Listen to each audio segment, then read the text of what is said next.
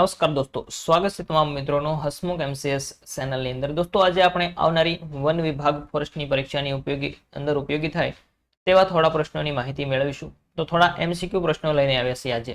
જોઈએ, વિશ્વ સિંહ દિવસ 2023ની રાજ્ય કક્ષાની ઉજવણી ક્યાં કરવામાં આવી હતી? ઓપ્શન: મધ્યપ્રદેશ, ગીર સોમનાથ, પશ્ચિમ બંગાળ કે ગાંધીનગર। તો વિશ્વ સિંહ દિવસે 2023 તેની ઉજવણી રાજ્ય કક્ષાની ગાંધીનગરની અંદર થઈ હતી। ક્યાં થઈ હતી? ગાંધીનગર। ગુજરાતનું ગાંધીનગર છે તેની અંદર આ રાજ્ય કક્ષાની ઉજવણી કરવામાં આવી હતી।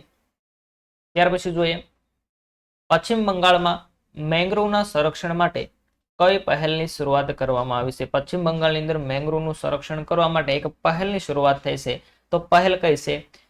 SAIME પહેલ।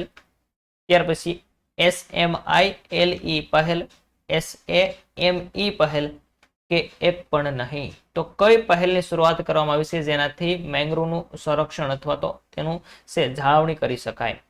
તો આ પહેલની શરૂઆત કરી તેનું નામ છે SAIME। આવી એક પહેલ શરૂ કરવામાં આવી છે, તે પહેલના કારણે મેંગ્રોવનું રક્ષણ કરી શકાશે।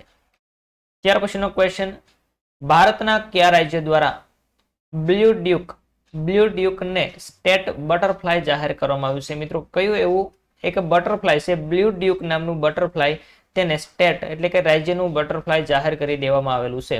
મણિપુર, અસમ, મેઘાલય કે સિક્કિમ? શું જવાબ બનશે દોસ્તો?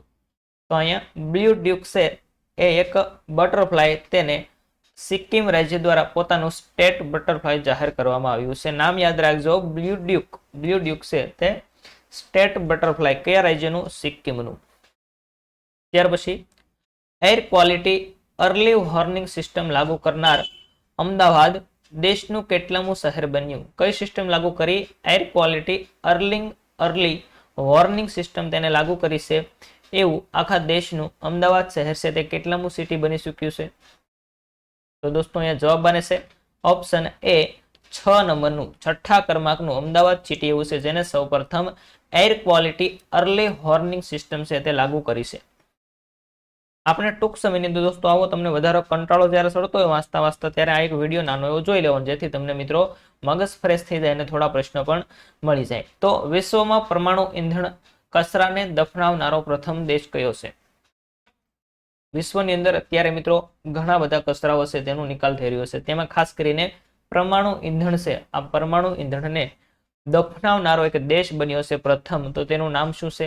ફિનલેન્ડ, આઇસલેન્ડ, સ્કોટલેન્ડ કે સ્વીડન?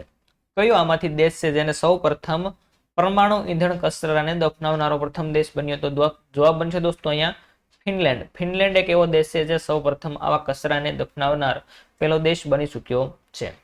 ત્યાર પછી જોઈએ, ભારત સરકાર દ્વારા કયા વર્ષ સુધીમાં E20 ઈંધણને સમગ્ર દેશમાં લાગુ કરવાનો લક્ષ્યાંક રાખવામાં આવેલ છે? દોસ્તો ખાસ આઈએમપી ક્વેશ્ચનો અહીંયાથી બની શકે છે।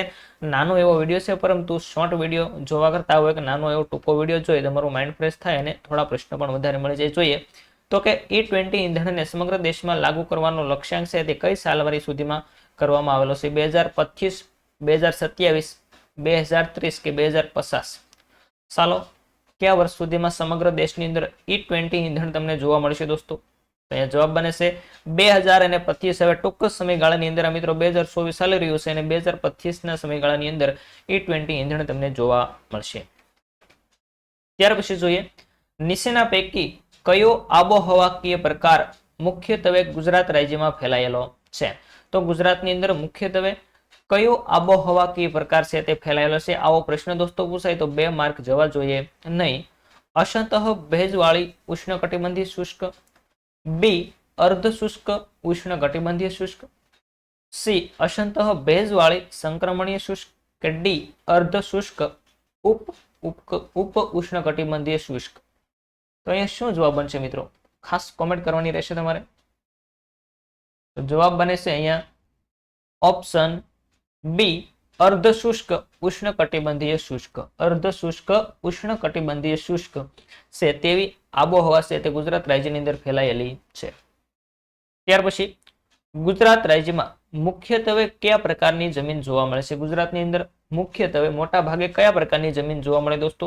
તમે ઘણું બધું વાંચ્યું છે તો પ્રશ્ન ખૂબ સહેલા લાગતા છે, ને વાંચ્યું ન હોય તો ખાસ પ્રશ્ન જોઈ લેવાના. તો ખાસ કરીને ગુજરાતની અંદર મુખ્યત્વે કઈ જમીન જોવા મળે દોસ્તો? તો કે કાપની જમીન છે તે જોવા મળે છે.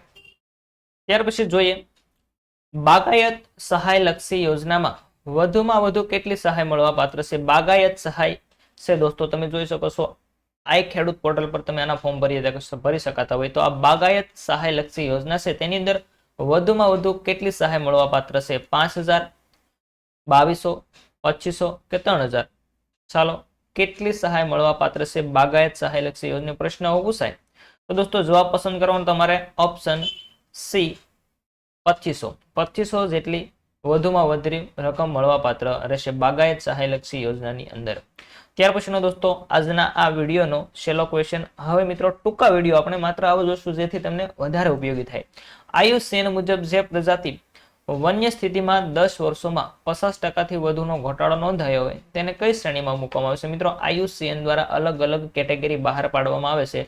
તો 10 વર્ષના સમયગાળાની અંદર જો 50% જેટલો પ્રાણીઓ હોય, કોઈ વનસ્પતિ હોય, કોઈ એવી મિત્રો પક્ષીઓ હોય વગેરે છે તેની અંદર 10 વર્ષોની અંદર જો 50%નો ઘટાડો નોંધાયો હોય તો IUCN નું જે રેડ લિસ્ટ બહાર પાડે છે તેની અંદર ક્યાં તેનો સમાવેશ કરેલો હોય તે ખાસ દોસ્તો કોમેન્ટ કરો અને આપણે વિડીયોને પૂર્ણ કરીએ. તો મિત્રો જવાબ બને છે સંવેદનશીલ યાદી. કઈ સંવેદનશીલ યાદી જાહેર કરે? આ સંવેદનશીલ યાદીની અંદર આ 10 વર્ષની અંદર જે 50% પક્ષી પ્રાણીઓ અથવા તો વનસ્પતિનો જે ઘટાડો થયો તેનો સમાવેશ કરવામાં આવેલો હોય છે. તો દોસ્તો આ નાના એવા વિડીયોની અંદરથી તમને ઘણી બધી માહિતી મળી. એકાદો બે પ્રશ્ન પૂછાય તો માત્ર ને માત્ર 5 મિનિટની અંદરથી દોસ્તો તમને 2 માર્ક મળતા હોય છે. તો ફરી મળીશું કંઈક વિડીયો સાથે. ત્યાં સુધી તમામ દોસ્તોને થેન્ક્સ, ધન્યવાદ.